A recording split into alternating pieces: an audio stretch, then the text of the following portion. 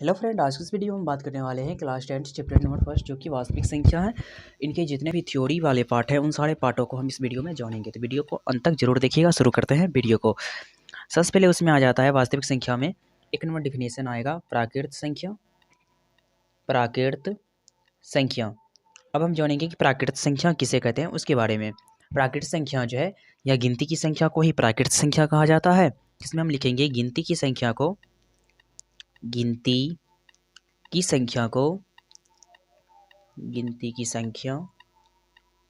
प्राकृत संख्या कहते हैं। गिनती की संख्या को प्राकृत संख्या कहते हैं।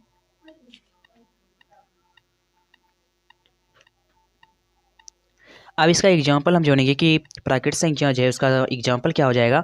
तो जैसे ही हम बोले गिनती की संख्या, तो गिनती शुरू होती है 1 2 से। इसमें हम लिखेंगे 1 2 3 4 5 डॉट डॉट डॉट ETC, यानी कि जो प्राकृत संख्या है इसका कोई अंत नहीं है, ये बढ़ते ही रहेगा।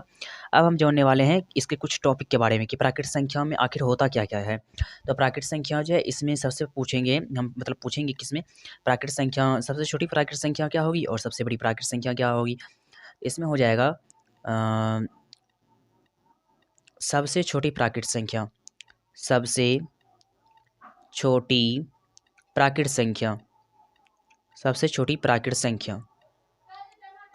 अब इसमें होगा क्या कि सबसे छोटी प्राकृत संख्या क्या हो जाएगी, गिनती की संख्या को ही हम प्राकृत संख्या कहते हैं। और गिनती कहाँ से शुरू होती है, 1 से, और सबसे छोटा अंक भी यहाँ पे 1 ही है, इसलिए हम इसको कहेंगे सबसे छोटी संख्या। अगर बात की जाए सबसे छोटी प्राकृत संख्या की, तो वो हो जाएगा 1 होती है, 1 होती है। अब बात करेंगे सबसे बड़ी प्राकृत संख्या की। सबसे बड़ी प्राकृत संख्या, सबसे बड़ी प्राकृत संख्या, इसमें क्या हो जाएगा सबसे बड़ी प्राकृत संख्या में। आप यहाँ पे देख रहे होंगे कि हम गिनते जा रहे हैं, उसके बाद यहाँ पे डॉट डॉट डॉट लाइन दी है। इसका मतलब है कि अभी और भी आगे बढ़ते रहेगा। इसमें हम क्या बताएं कि सबसे बड़ी प्राकृत संख्या, यहाँ पे आपको डॉट लाइन देखने को मिल रहा होगा। ये जो डॉट लाइन है इसका मतलब है कि अभी और ये बढ़ते रहेगा, यह अनंत तक जाएगा। इसको हम गिन नहीं सकते हैं, क्योंकि गिनेंगे तो दिन भर गिनते ही रह जाएंगे, इसलिए इसमें हम लिखेंगे अनंत।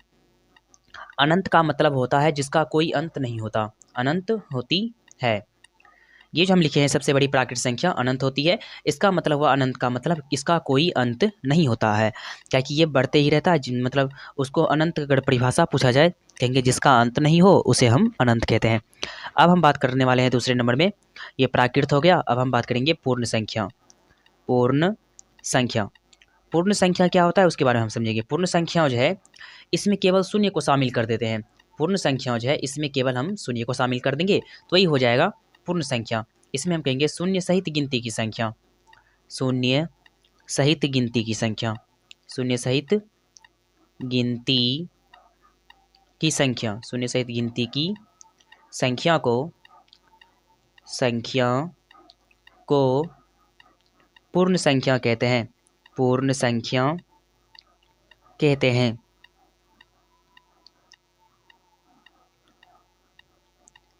अब इसके बारे में समझिए। पूर्ण संख्या में हम क्या बोल दिए, शून्य सहित गिनती की संख्या। गिनती की संख्या किसको कहते हैं, प्राकृत संख्या को गिनती की संख्या बोलते हैं। यहाँ से अगर इतना दूर की परिभाषा की अगर बात की जाए तो वो हो जाता है प्राकृत संख्या की। केवल इसमें गिनती की संख्या में शून्य को शामिल कर दिए हैं, तो वही हो गया पूर्ण संख्या। इसमें एग्जाम्पल में क्या लिखेंगे, 0 1 2 3 4 5 डॉट डॉट डॉट ETC। इसमें सिंपली से देखना क्या है यहाँ पे आपको कि शून्य सहित गिनती की संख्या, इसमें आगे हम सिर्फ शून्य आ गया है। अब बाकी सारा का सारा चीज़ वही प्राकृत संख्या वाला यहाँ पे लिखा हुआ है। तब हम इसमें लिखेंगे जैसे यहाँ पे लिखे हैं सबसे छोटी प्राकृत संख्या और सबसे बड़ी प्राकृत संख्या, यहाँ पर हम लिख देंगे सबसे छोटी प्राकृत संख्या, सबसे छोटी पूर्ण संख्या यहाँ पे होगा, सॉरी सबसे छोटी पूर्ण संख्या, कि हम पूर्ण संख्या का लिख रहे हैं तो यहाँ पे पूर्ण संख्या देना। सबसे छोटी पूर्ण संख्या यहाँ पे हो जाएगी 0 या फिर 0, 0 को हो या फिर 0 को, 0 होती है। अब हम बात करेंगे सबसे बड़ी पूर्ण संख्या, सबसे बड़ी पूर्ण संख्या की बात। सबसे बड़ी पूर्ण संख्या, इसमें क्या हो जाएगा सबसे बड़ी पूर्ण संख्या में, आपको यहाँ पे देखने को मिल रहा होगा सबसे बड़ी पूर्ण संख्या अनंत हो जाएगी। क्या है कि इसमें भी हम गिन रहे हैं तो गिनते ही रह जाएंगे, इसका भी कोई अंत बिंदु है नहीं, इसलिए इसको हम कहेंगे अनंत होती है। जब भी एग्जाम में पूछा जाए, यहाँ पहले लिख देते हैं, उसके बाद हम समझाएंगे। अनंत होती है। एग्जाम में इस तरह से पूछा जाएगा कि सबसे बड़ी पूर्ण संख्या क्या होती है। जैसे ही पूछेगा सबसे बड़ी पूर्ण संख्या, तो उसमें आप बोलिएगा अनंत। अब हम बात करने वाले हैं, पूर्ण हो गया। अब तीसरा जो है वो है पूर्णांक संख्या। पूर्णांक संख्या, पूर्णांक संख्या कहने का मतलब है कि इसमें धनात्मक और ऋणात्मक दोनों संख्याएं होती है। इसमें प्लस वाला भी होगा, माइनस वाला भी होगा, और बीच में जीरो होगा। इसमें हम कहेंगे वैसी संख्या जिसमें धनात्मक ऋणात्मक दोनों संख्या, वैसी संख्या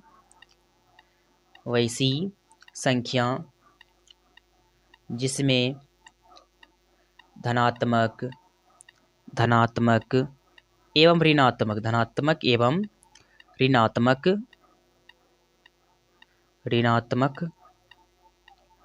दोनों संख्याएं हो, धनात्मक एवं ऋणात्मक दोनों संख्याएं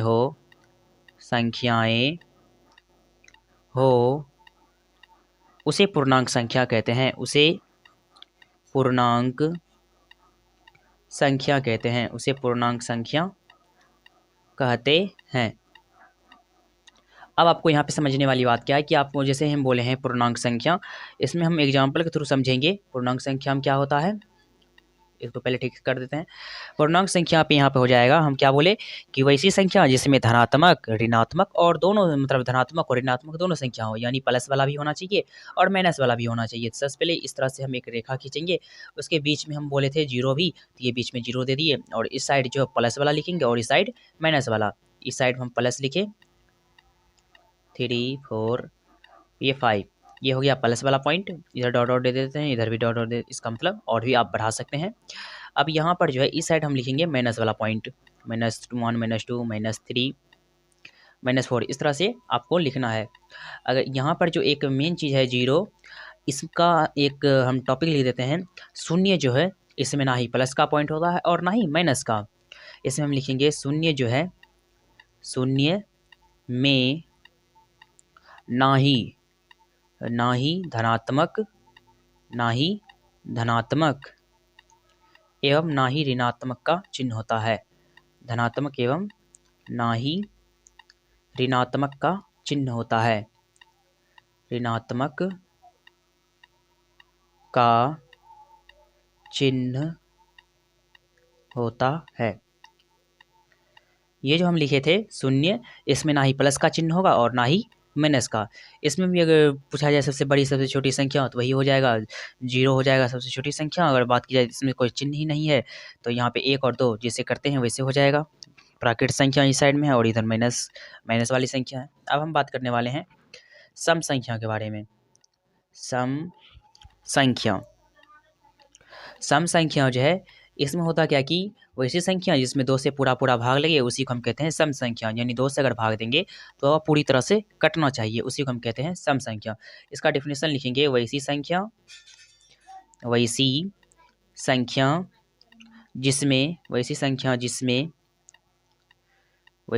जिसमें 2 से पूरा भाग लगे। वैसी संख्या जिसमें 2 से पूरा भाग लगे, भाग लगे, उसे हम सम संख्या कहते हैं। उसे सम संख्या कहते हैं। अब हम इसका एग्जाम्पल समझेंगे कि सम संख्या का एग्जाम्पल क्या क्या हो सकता है, उनके बारे में। ये जो सम संख्या है, इसमें हम एग्जाम्पल के थ्रू लिखेंगे 2 4 6 8 10 ... etc। ये जो सम संख्या है, इसमें हम बताए हैं कि वैसी संख्या जिसमें 2 से पूरा भाग लगे, उसे हम सम संख्या कहते हैं। इसमें भी आप लिख सकते हैं सबसे छोटी सम संख्या। इसमें क्या हो जाएगा सबसे छोटी सम संख्या, आप देख ही रहेंगे कि शुरू कहाँ से हुआ है, 2 से, तो इसलिए इसमें लिखेंगे 2 होती है। सबसे छोटी सम संख्या 2 होती है। अब हम बात करेंगे सबसे बड़ी सम संख्या की। सबसे बड़ी सम संख्या ये जो सबसे बड़ी सम संख्या हो जाएगी, इसमें सबसे बड़ी सम संख्या क्या होगी, यहाँ पे देख रहे हैं अनंत बिंदु है, इसका मतलब होता है अनंत होगी, अनंत होती है। तो हमारा अगला टॉपिक है वो है विषम संख्या, उसके बारे में भी हम अभी तुरंत जानेंगे। तो हम जानेंगे विषम संख्या किसे कहते हैं उसके बारे में। विषम संख्या जो है इसमें दो से पूरा पूरा भाग नहीं लगता है, उसी को हम कहते हैं विषम संख्या। इसमें हम लिखेंगे वैसी संख्या जिसमें दो से पूरा पूरा भाग नहीं लगे, वैसी संख्या जिसमें दो से पूरा पूरा भाग नहीं लगे, दो से पूरा पूरा भाग नहीं लगता है,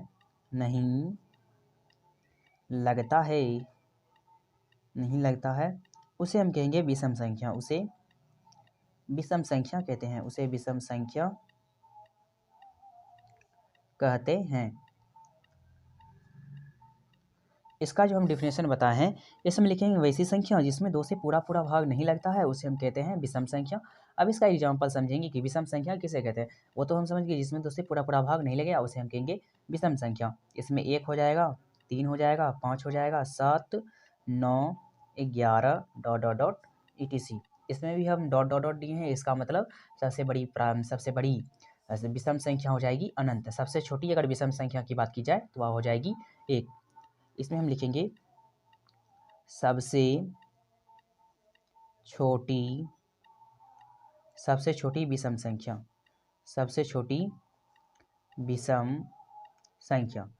इसमें हम लिखेंगे तो सबसे छोटी विषम संख्या वो हो जाएगी 1 होती है। सबसे छोटी विषम संख्या 1 होती है। अब हम बात करेंगे सबसे बड़ी विषम संख्या की। सबसे बड़ी विषम संख्या, इसमें लिखेंगे सबसे बड़ी विषम संख्या में अनंत होती है।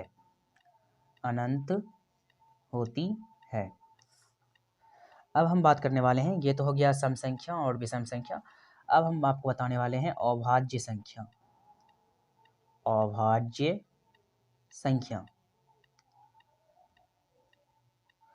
संख्या क्या होता है इसके बारे में समझेंगे। अभाज्य संख्या जो है इसमें हम बोलेंगे वैसी संख्या जिसमें 1 और स्वयं से भाग लगे। इसमें लिखेंगे वैसी संख्या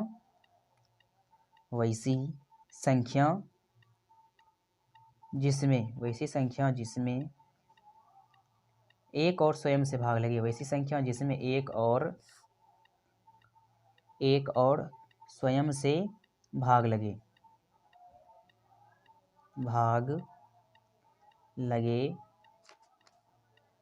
उसे अभाज्य संख्या कहते हैं, उसे अभाज्य संख्या कहते हैं।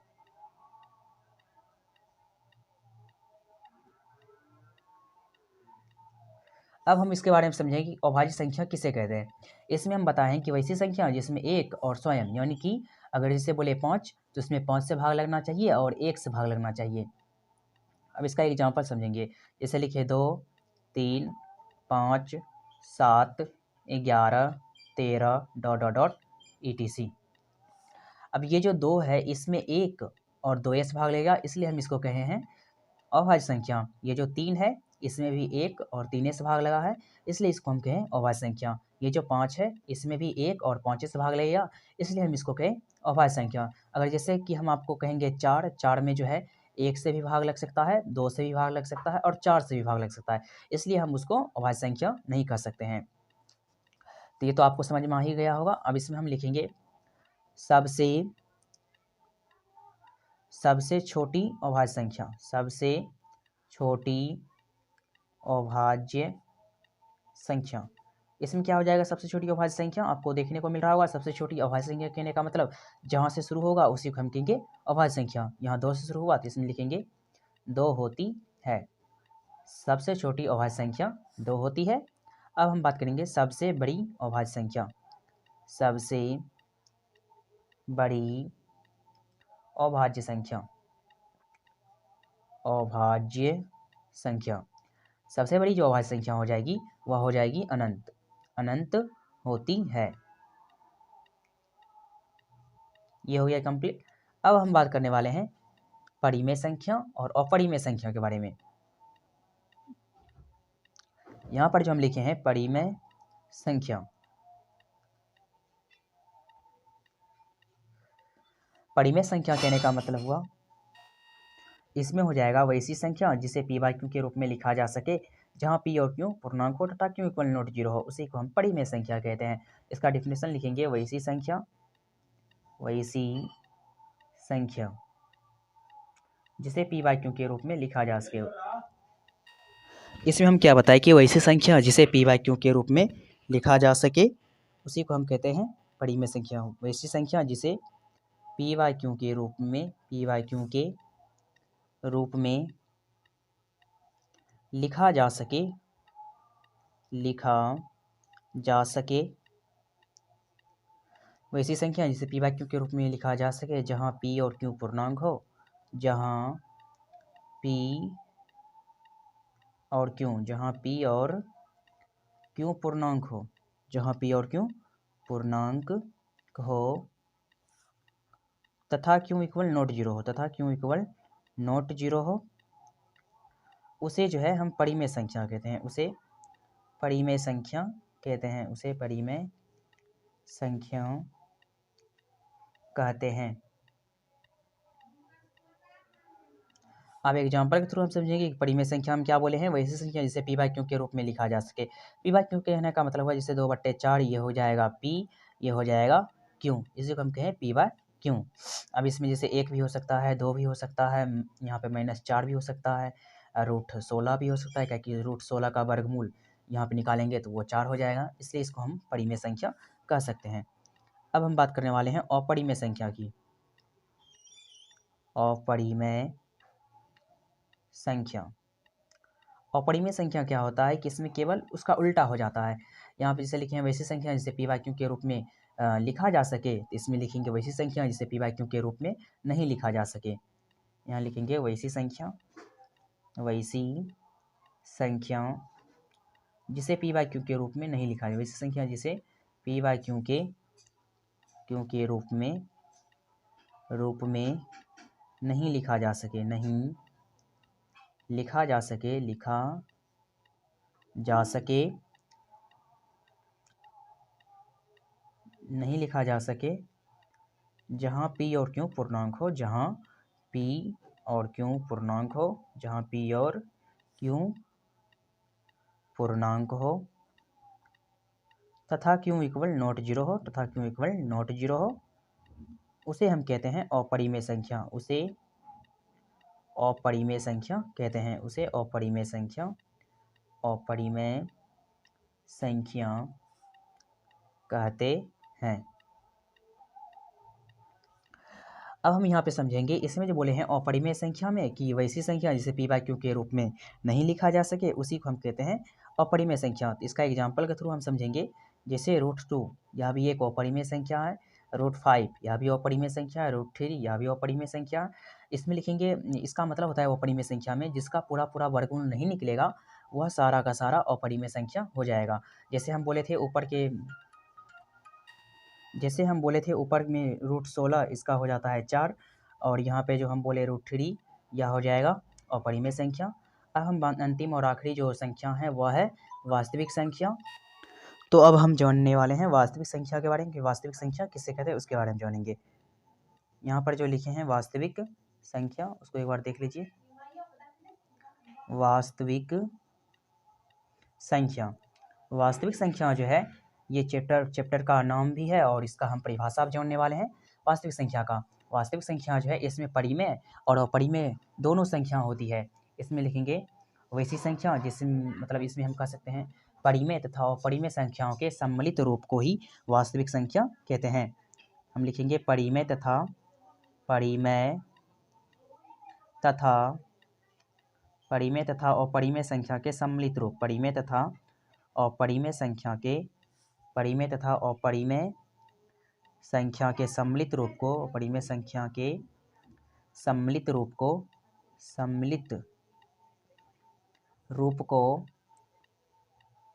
को वास्तविक संख्या कहते हैं, वास्तविक संख्याओं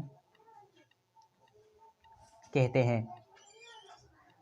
अब हम इसमें समझेंगे कि वास्तविक संख्या जो बोले हैं, इसमें हम बोले परिमेय तथा अपरिमेय संख्या के सम्मिलित रूप को ही वास्तविक संख्या कहते हैं। इसमें होगा क्या, परिमेय संख्या और अपरिमेय संख्या दोनों होगा। जैसे मान लीजिए 2 परिमेय संख्या है, अब प्लस में देखिए √3 लिख दिए, क्या हो गया अपरिमेय संख्या, यानी परिमेय और अपरिमेय दोनों संख्या इसमें है, इसलिए इसको हम कहेंगे वास्तविक संख्या। जैसे 5 + √6, 9 + √16 3 देते हैं, क्या कि ये जो 9 है अगर यहाँ पे अगर 16 देते तो उसका पूरा पूरा वर्गमूल निकल जाता, तो वो 9 और 4 13, जो कि परिमेय संख्या के अंतर्गत चलाते, इसलिए यहाँ पे हम दिए हैं √3 etc। अब हम बात करने वाले हैं कुछ चैप्टर में जो कि यूक्लिड विभाजन प्रमेयिका जो होता है उसके बारे में। यहाँ पे हम जानेंगे यूक्लिड विभाजन प्रमेयिका। यूक्लिड विभाजन प्रमेयिका, यूक्लिड विभाजन प्रमेयिका ये क्या होता है इसके बारे में जानेंगे, यूक्लिड विभाजन प्रमेयिका के बारे में। यह जो है यूक्लिड विभाजन प्रमेयिका एक प्रूव्ड किया हुआ कथन होता है, जिसकी सहायता से हम किसी भी सवाल को सिद्ध करते हैं। इसका डिफिनेशन हो जाएगा यहाँ पे ए और बी। इसमें हम जानेंगे कि ए और बी जो होता है, ए और बी दो धनात्मक पूर्णांक, ए और बी दो धनात्मक पूर्णांक, दो धनात्मक पूर्णांक अगर दिए रहे, दो धनात्मक पूर्णांक दिए रहने ऐसी अद्वितीय पूर्णांक, ऐसी अद्वितीय और ऋणात्मक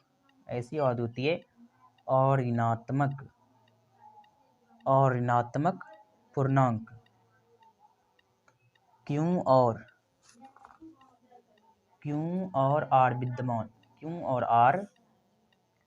विद्यमान हैं कि A बराबर BQ + R, जहाँ पे हो जाएगा 0 R B है। इसके बारे में हम समझेंगे। यूक्लिड विभाजन प्रमेयिका जो है, इसमें ए और बी दो को धनात्मक पूर्णांक रहता है, जिसका अद्वितीय ऋणात्मक पूर्णांक Q और R विद्यमान रहता है। उसका एक फॉर्मूला होता है A बराबर BQ + R, जहाँ पे Q 0 जो है R से छोटा, यानी R बड़ा रहेगा 0 से, और यहाँ पे जो है फिर ग्रेटर देन B, जो कि B भी बड़ा होगा R से। ये सब यहाँ पे दिया हुआ है। एक बाकी बच गया है यूक्लिड विभाजन एल्गोरिथम, उसको भी हम क्लियर कर देते हैं। यूक्लिड विभाजन एल्गोरिथम।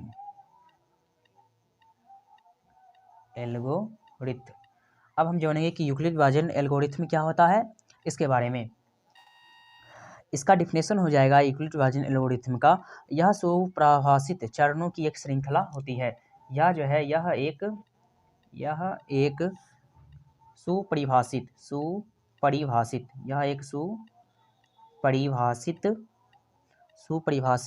चरणों की एक श्रृंखला होती है, एक श्रृंखला होती है, जो एक विशेष प्रकार की इसमें हो जाएगा जो एक विशेष प्रकार की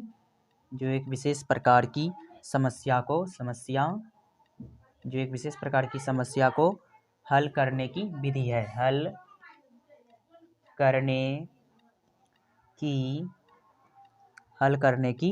विधि प्रदान करती है। अब इसके बारे में हम समझेंगे। यूक्लिड विभाजन एल्गोरिथम जो है, यह एक सुपरिभाषित चरणों का एक कथन होता है। इसमें आपको जो दिया रहेगा उनसे आप किसी भी सवाल को हल कर सकते हैं इसके मदद से, वही ये बताना चाहता है। अब हम जानने वाले हैं इसमें कुछ फार्मूला का यूज होने वाला है, उन सारे फार्मूलों के बारे में। फार्मूला, ये जो पहला जो चैप्टर है इसमें कौन फार्मूले आएंगे, उन सारे फार्मूलों के बारे में जानेंगे। इसमें 1 नंबर फार्मूला हो जाएगा A बराबर BQ + R। इस पर आपको HCF HCF ज्ञात करना पड़ता है। और दूसरा जो फॉर्मूला है वह है पहली संख्या गुना दूसरी संख्या, पहली संख्या गुना दूसरी संख्या, पहली संख्या गुना दूसरी संख्या बराबर हो जाता है HCF गुना LCM। ये हो गया इसका दूसरा फार्मूला। अगर और भी फार्मूले की अगर बात की जाए तो इसमें और क्या फार्मूला हो सकता है उसके बारे में हम अभी बताने वाले हैं। इसमें एक और फार्मूले के रूप में है, उसको हम बता देते हैं। अगर यदि 2 पर पावर n गुने 5 पर पावर m के रूप के रहता है, m के रूप का हो तो शांत होगा। अगर ऐसा नहीं रहता है तो अशांत होगा। यहाँ पर लिख देते हैं, यदि 2 पर पावर n गुने 5 पर पावर m के रूप का नहीं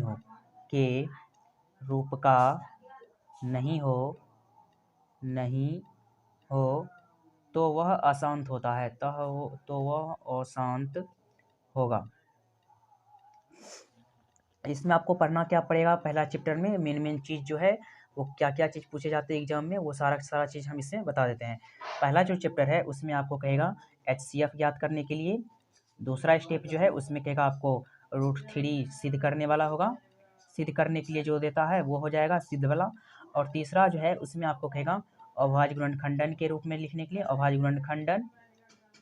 उसके बाद आपको यहाँ पे कहेगा अभाज्य गुणनखंडन तो हो चुका है। और चौथा जो स्टेप है इसमें सीखने वाली बात क्या है, पहला चैप्टर में आपको LCM और HCF कहेगा याद करने के लिए, और उसका जांच करने के लिए आपको इसमें बोला जाएगा। और पांचवा जो स्टेप है इसमें आपको कहा जाएगा कौन संख्या शांत है और कौन अशांत, शांत और अशांत का जांच करने के लिए, शांत और अशांत पता करने के लिए। और छठा जो स्टेप है इसमें आपको और क्या सीखने को मिलेगा, शांत और अशांत के बाद इसमें एक और चीज़ कि परिमेय संख्या और अपरिमेय संख्या का पहचान करने के लिए यहाँ पे बता देते हैं। परिमेय और अपरिमेय की पहचान, परिमेय एवं अपरिमेय संख्या की पहचान, अपरिमेय संख्या की पहचान। ये सारा का सारा चीज़ आपको करना पड़ेगा। ये जो पहला चैप्टर जो वास्तविक संख्या है उसके अंतर्गत ये सारा का सारा चीज़ पढ़ना पड़ता है। अगर यह वीडियो आपको अच्छी लगे तो चैनल सब्सक्राइब करना ना भूलें। धन्यवाद, मिलते हैं अगले वीडियो में।